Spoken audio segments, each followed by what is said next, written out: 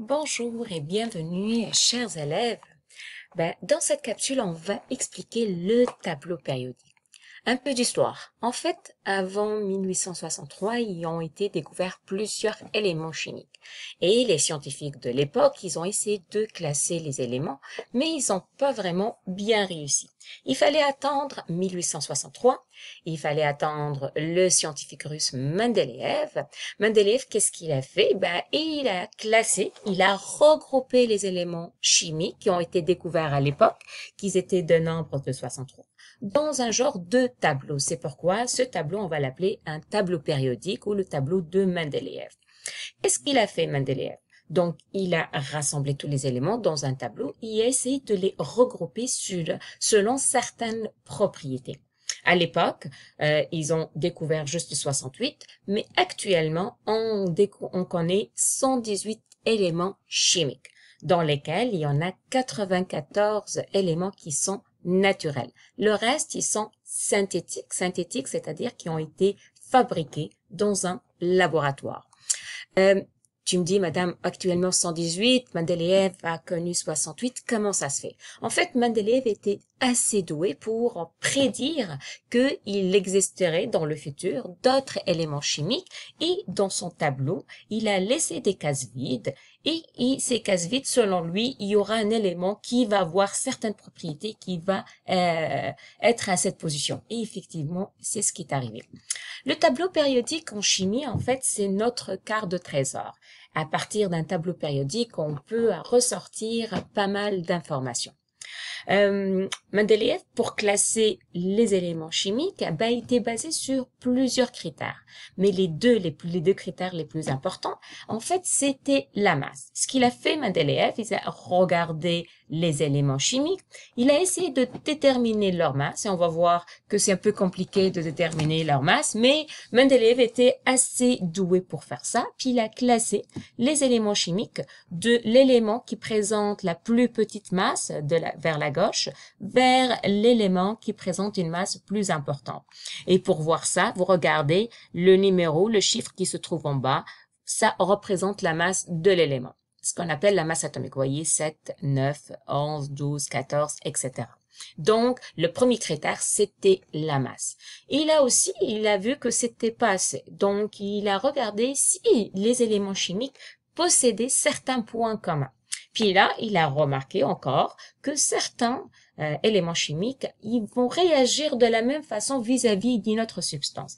Par exemple, si je prends le lithium et le sodium et je les mets en présence de l'eau, il va avoir une petite explosion. Il a dit, en fait, il y en a certains éléments qui n'aiment pas l'eau. Si les éléments qui n'aiment pas l'eau, je vais les regrouper ensemble et je vais les regrouper en rangées verticales.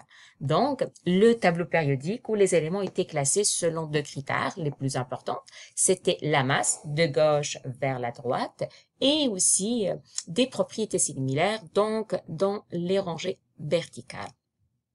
Encore là, le tableau périodique, ça nous permet aussi de savoir aussi l'état de la matière. Comment ça?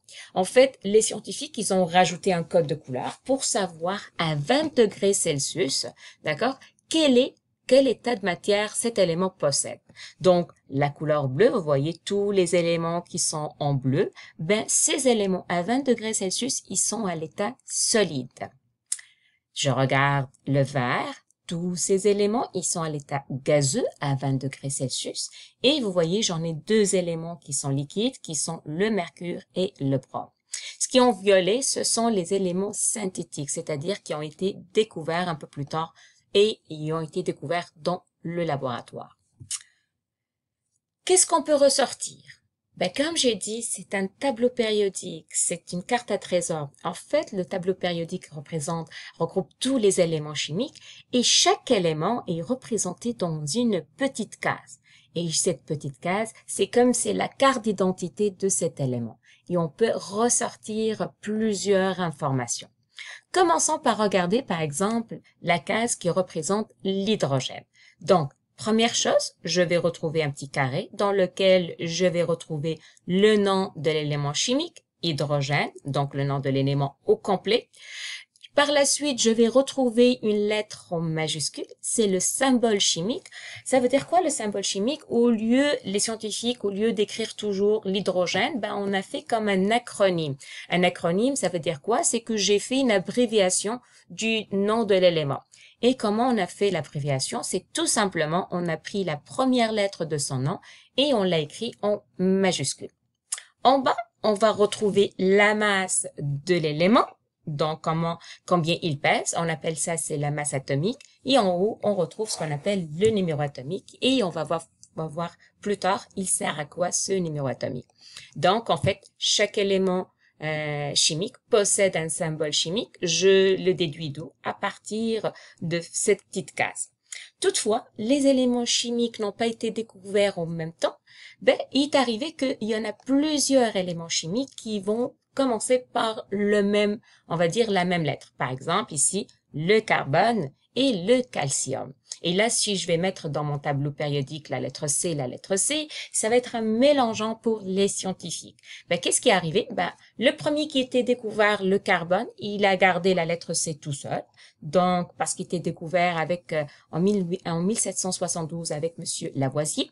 Alors que le calcium, il a été découvert un peu plus tard, en 1808. Puis là, ce qu'on a fait pour faire la distinction, on a rajouté une petite lettre en majuscule à côté. Et là, comme ça, on peut distinguer entre les deux éléments chimiques. Qu'est-ce qu'on peut ressortir encore du tableau périodique? Rappelle-toi, on a dit que les éléments qui ont des propriétés similaires, donc ils vont réagir vis-à-vis à notre produit de la même façon, on les a regroupés dans une rangée verticale ensemble. Ben, on a attribué que lorsque les éléments appartiennent à la même rangée, on va appeler ça une famille chimique. Donc, et dans un tableau périodique, on a 8 familles. Donc, la famille 1 ici, la famille 2, et vous voyez entre les deux ici, pour cet niveau, secondaire 2, secondaire 3 jusqu'à secondaire 4, on va ignorer cette partie et on va la reprendre peut-être un peu plus tard au cégep et à l'université. Donc, la famille 3, la famille 4, la famille 5, la famille 6, la famille 7 et la famille 8. Et pour distinguer les familles, on utilise les chiffres romains. De plus, on a remarqué autre chose. En fait, on a remarqué qu'il y a une certaine propriété aussi qui est commune à tous les éléments. Il y a certains éléments qui vont voir aussi une autre propriété qu'on va découvrir un peu plus tard. Cette propriété, elle est commune à tous ces éléments. Donc, on a essayé de les placer dans la même ligne horizontale, d'accord? Donc, chaque rangée horizontale, ben, ça va se nommer ce qu'on appelle une période. Et c'est quoi la propriété commune à tous ces éléments? Ces éléments, ils vont avoir le même nombre de couches électroniques ou le même nombre de couches d'électrons. Et on va expliquer ça un peu plus tard. Ça veut dire quoi? On a cette période et on écrit les périodes en chiffres arabes. Donc, vous voyez, ça c'est ma première rangée horizontale. Ça c'est ma deuxième. Ça c'est ma troisième. Et j'en ai 7. Donc, en résumé, qu'est-ce que je retrouve? Qu'est-ce que je peux ressortir? Je peux ressortir un tableau périodique. J'en ai la case. La case, c'est la carte d'identité d'un élément chimique. Une famille, c'est en fait la rangée verticale dans laquelle les éléments chimiques ils vont voir plusieurs propriétés similaires. Dans la période, c'est la rangée horizontale dans laquelle ces éléments ils vont voir le même nombre de couches électroniques. Dans une case, je peux ressortir pas mal d'informations. Le nom de l'élément chimique, sa masse, son symbole chimique, je m'excuse ici, il y a une erreur ici, et le numéro atomique.